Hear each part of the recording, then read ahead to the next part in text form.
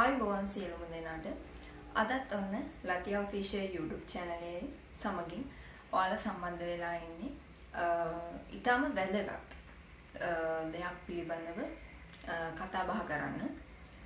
ඇත්තටම කිව්වොත් මේ කොණ්ඩේ ස්ට්‍රේට් කිරීම පිළිබඳව තමයි මම අද කතා කරන්නේ. මම කොණ්ඩේ ස්ට්‍රේට් කිරීමක් කරලා තමයි දැන් මේ ඉන්නේ. ඉතින් ඔයාලා කොණ්ඩයක් ස්ට්‍රේට් කරනකොට ඒකට නිවැරදි ඒ කියන්නේ ක්‍රමානුකූලව ස්ට්‍රේට් කිරීමක් කරන්න සැලෝන් එකක් තෝරා ගැනීම කළ යුතුයි. ඒ වගේම තමයි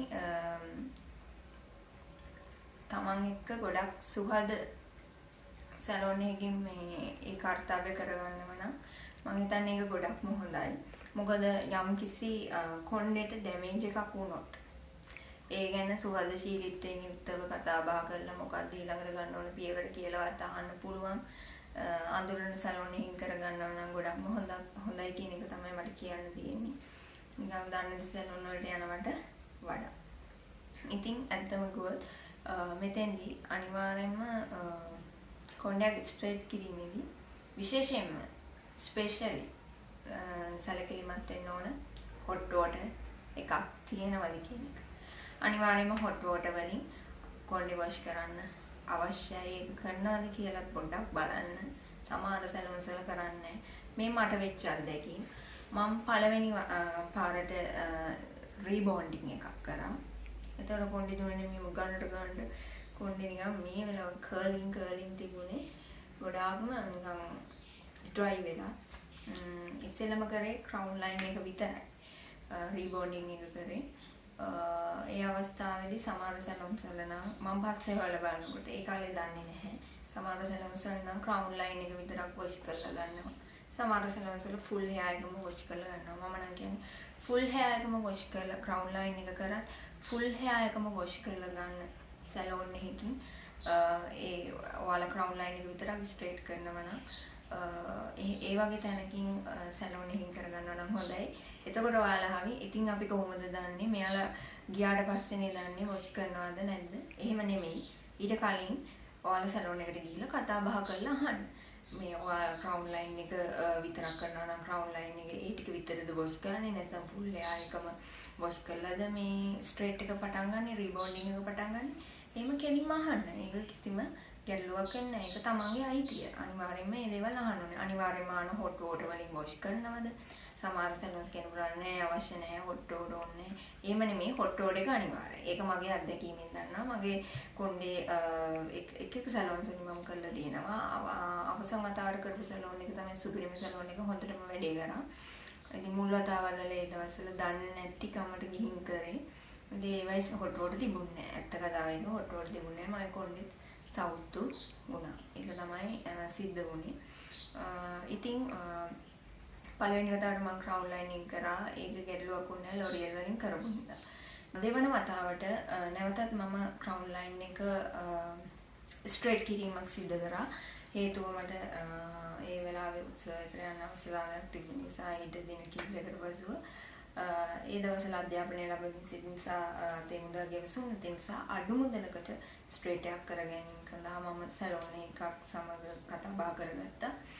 ඒ සැලෝන් එක මම ඒ කෙනාව මම ඊට කලින් අඳුරන්නේ නැහැ. මම කතා කරලා ඒ මුදලක් කිව්වා. ඒ මුදලට කරන්නම් කිව්වා. ඉතින් මම සැටිස් වුණා.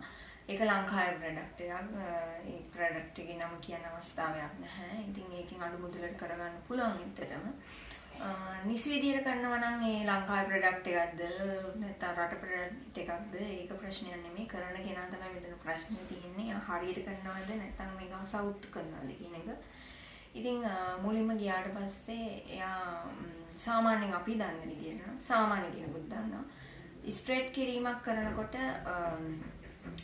කොණ්ඩයක් මුලින්ම අපි මොන සැලෝන් එකකට පොඩි සැලෝන් එකකට වේවා ලොකු සැලෝන් එකකට ගියාම කොණ්ඩයක් වොෂ් කිරීම තමයි කරන්නේ. නමුත් මේ සැලෝන් එක වොෂ් කිරීමක් කරේ නෑ. ආපු ගමන් ගත්ත අයන් එක අරගෙන දෙපැත්තෙන් දෙන්න මෙහෙම අයන් කරගෙන ගියා. මම කන්ෆියුස් වුණා. මට හිතා ගන්න බැරුණා. මොකද මම මුලින්ම කරපු තැන හොඳට හෙයාර් එක වොෂ් කරලා තමයි ඒ කරන්න පටන් ගත්තේ. මුලින් තැන ගියේ නැති ඒක ප්‍රොඩක්ට් එක දන්නවා ලොරියල් ගණන් වැඩි. ඒ නිසා එකෙන් කරගන්න බැරි නිසා තමයි මේ වගේ සැලොන් එකක් මම තෝරගත්තේ. ඉතින් කොණ්ඩෙත් වොෂ් කරන්න නැතුව ඒගොල්ලෝ අයන් කරන්න පටන් ගත්තා. අයන් කරලා ඉවර වෙලා ඒගොල්ලෝ ස්ට්‍රේට් ක්‍රීම් එක ගෑවා. ස්ට්‍රේට් ක්‍රීම් එක ගාලා ඒ කාලය ගියාට පස්සේ ඒක වොෂ් කරා. ඊට පස්සේ නියුට්‍රලයිසර් ක්‍රීම් එක ගෑවා. මට මතක නැහැ ස්ට්‍රේට් ක්‍රීම් එක ගාලා වොෂ් කරලා ඊට පස්සේ අයන් කරලා නියුට්‍රලයිසර් ගෑවද කියලා. කොහොම හරි නියුට්‍රලයිසර් එකක් ගෑවා. නියුට්‍රලයිසර් එකක් ගාලා ඉවර වෙලා ඊට පස්සේ අවශ්‍ය වෙලාව තිබ්බා. තියලා ඉවර වෙලා ඊට පස්සේ අයන් කිරීම ඒ ටික කරලා ඒක අවසන් කරා. ඊට පස්සේ දවස් 3කට පස්සේ අපි hair wash එකට යනවා. hair wash එක දෙන්නේ සාමාන්‍යයෙන් free නේ. ඉතින් free දුන්නත් කොහොමද මේ කරා සල්ලි ගත්තා free දුන්නත් ඒකත් හරියටම කරන්න. නමුත් මෙතෙන්දී මම දවස් 3කට පස්සේ ගියාට පස්සේ ඇත්තටම හිතා ගන්න බෑ. කරපු ප්‍රොඩක්ට් එකේම මාස්ක් එක නෙමෙයි ගත්තේ. වෙන අන්ත වැඩක් නැති මේ hair spa එකුන්නේ මේක ගණන් ගන්නෙ නැහැ. මේ ඒ වගේ එකක් අරගෙන ඉවරලා අපි දන්න සාමාන්‍ය අපි සාමාන්‍යයෙන් දන්නවා එහෙම hair spa එකක් කරනකොට ක්‍රීම් එක අරගෙන section by section මේම ගාලා එහෙම තමයි යන්නේ. මෙතන කරේ මොකක්ද? මෙතෙන්දී කෙලින්ම ක්‍රීම් එක ගත්තා. crown line එක මෙහෙම නිකන් ගාගෙන ගියා. මේම නිකාම ගාගෙන ගියා. මෙහෙම section by section මේ ඇතුල් කොටසල මුකුත් නැහැ. ක්‍රීම් ඒ මුකුත් ගෑවේ නැහැ. hair spa එක නිකම්ම මෙහෙම ගෑවා. හොඳම විහිළුව තමයි මෙතෙන්දී මේක ගාලි වලලා අපි දන්නවා ස්ටීම් කරන්න ඕනේ කියන එක. ස්ටීම් කරන්න ඕන සැලොන් එක හෙඩ් ස්ටීමර් එකක් කියන එක තියෙනවා. ඕනම සැලොන් එක තියෙනවා. අනිත් එක නගරබද්ද සැලොන් එකක් වුණාම අනිවාර්යයෙන්ම හෙඩ් ස්ටීමර් එකක් කියන එක තියෙනවා. නමුත් මේ සැලොන් එකේ එහෙම හෙඩ් ස්ටීම් එකක් තිබුණේ නැහැ. මටත් හරි බුදුම හිතුණා. ඇල්ලුවේ ෆේෂල් ස්ටීමර් එකේ. ෆේෂල් ස්ටීමර් එකේ මිනිත්තු 3ක් ගියෙත් නැහැ. මෙහෙම තිබ්බා. තියලි වල නිකම්ම ඇල්ලුවා. මට හිතා ගන්න බැරුණා. කවදාවත් ළමයි ඇත්තටම මේ ඔය වගේ කිසිම ක්‍රමානුකූලත්වයක් ප්‍රමිතියක් නැති සැලොන් එකකට යන්න එපා. මොකද එහෙම කියන්නේ අපිත් රැවටෙනවා. යනකොටම සර්ටිෆිකේට් එක නම් තියෙනවා. රාජ්‍ය වෙන්න පුළුවන්, පෞද්ගලික වෙන්න පුළුවන්. රාජ්‍යවත් තියෙන ගත්ත සර්ටිෆිකේට්ස් තියෙනවා. සර්ටිෆිකේට් එක තිබ්බට වැඩක් නැහැ. කරන කෙනාම තමයි ඒක රැඳෙන්නේ. ඉතින් මම කියන්නේ මේ වගේ කොණ්ඩයක් ස්ට්‍රේට් කරන තැනකට ලොකු ගාණක් වියදම් කරලා ඔයාලා යනවා නම් ඉතින්ලා ඒ තැනින් අඳුරන්නෙම නැති තැනන වෙන පොඩි දෙයක් එතනින් කරගෙන බලන්න මෙයාගේ වැඩ කොහොමද කියලා. එයාත් එක්ක කතා බහ කරන්න. මෙයා කොහොමද කරන්නේ? නිකන් අහන්න. ඒ අහලා බලලා ඊට පස්සේ යන්න. නැත්තම් මොකද මගේ ඒ ප්‍රොඩක්ට් එකෙන් ඒ සැලොන් එකෙන් කරාට පස්සේ මගේ කොණ්ඩේ මේ ගුලි ගියා. මට කරගන්න දෙයක් නැහැ. මේ හැමදාම ගුලි කොණ්ඩේ යනවා. හරිද? අන්තිමට කරගන්න දෙයක් නැහැ. මොනවා ඊට පස්සේ මම වෙන සැලොන්ස් වලින් hair spas කරා. ඒව කරත් ඒක කිමිකල් එක නිසා කිමිකල් සැරයි. කිමිකල් සැර නිසා කොණ්ඩේ ගුලි යන්න පටන් ගත්තා. ඉතින් මම හිතාගත්තේ ස්ට්‍රේට් එකක් කරනවා නම් හොඳ සැලොන් එකක්, ප්‍රමිතියක් තියෙන සැලොන් එකක්, ප්‍රමිතියකට වැඩ කරන සැලොන් එකක්, ෆැසිලිටිස් තියෙන සැලොන් එකක් සොයා ගන්න ඕන. ඒ අනුව මොකද අනිවාර්යයෙන්ම හොඳ අයන් එකක් තියෙන්න ඕන කොණ්ඩයක් ස්ට්‍රේට් කරනකොට. නැත්තම් ඒක හරියට ස්ට්‍රේට් වෙන්නේ නැහැ. ඒක තමයි ඇත්ත කතාව. හොඳ අයන් එකක් තියෙන්නත් ඕන. ඒක හොඳට අයන් කරන්නත් ඕන. ඒ කරන්න කෙනා. ඒ නිසා මම ඔයාලට කියන්නේ මේ මම ගත්ත එක්ස්පීරියන්ස් එකෙන් මම කියන්නේ ඔයාලා සැලොන් එකට ගිහින් ස්ට්‍රේට් එකක් කරනවා නම් මෙන්න මේ කියපු කරුණු ගැන සැලකිලිමත් වෙන්න ඊට කලින් අහන්න ගිහිල්ලා කොහොමද මේක ප්‍රොසීජර් එක වෙන්නේ කියලා. නැත්තම් අපරාධේ මේ වගේ දිග කොණ්ඩ තියන අය නිකන් සවුත්තු කරගෙන විනාශයි. ඒ නිසා සල්ලිත් අපරාධේ අන්තිමට කොණ්ඩෙත් නැහැ. කරගත්තු දෙයක්වත් නැහැ. හරිද? ඒ නිසා ඒ ගැන සැලකිලිමත් වෙන්න. මම නැවතත් අවසාන වතාවට කියන්නම් ස්ට්‍රේට් එකක් කරනවා නම් ඔයාලට මිල මුදල් නැති කෙනෙක් නම් පොඩක් බලන්න මොන වගේ බ්‍රෑන්ඩ් එකකටද මට යන්න පුළුවන් මේ බ්‍රෑන්ඩ් එක හොඳද කියන එකත් බලන්න. හරිද?